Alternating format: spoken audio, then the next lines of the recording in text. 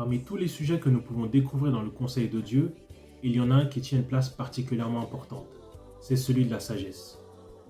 Alors comment pourrait-on la définir en deux phrases? L'art de bien se comporter. Accorder aux choses la valeur que Dieu leur accorde. Alors comment faire? La parole de Dieu nous apporte la réponse. Dans le récit biblique, on voit qu'un homme était surtout connu pour sa sagesse, Salomon. En effet, Dieu l'avait doté d'une telle sagesse que le récit nous dit que des gens venaient de partout pour l'entendre parler. Le peuple avait même commencé à éprouver de la crainte, c'est-à-dire un profond respect parce qu'il se rendait compte qu'effectivement, Dieu était avec Salomon.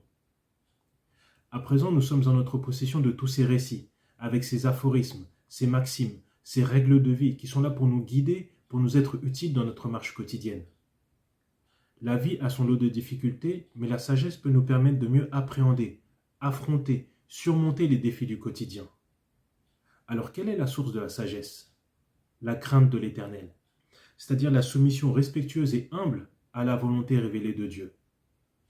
Dans le livre des Proverbes, on voit qu'il y a un parallèle entre le sage et l'insensé, c'est-à-dire entre celui qui écoute les conseils avisés des sages et celui qui, au contraire, dédaigne l'instruction.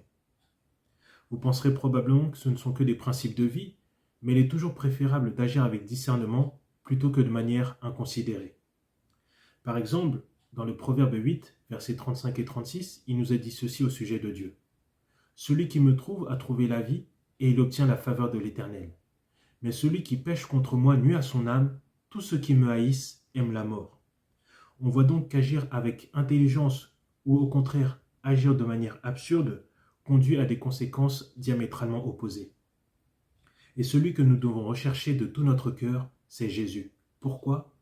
Parce que non seulement il est l'auteur de la vie, mais c'est en lui que se cachent tous les trésors de la sagesse et de la connaissance.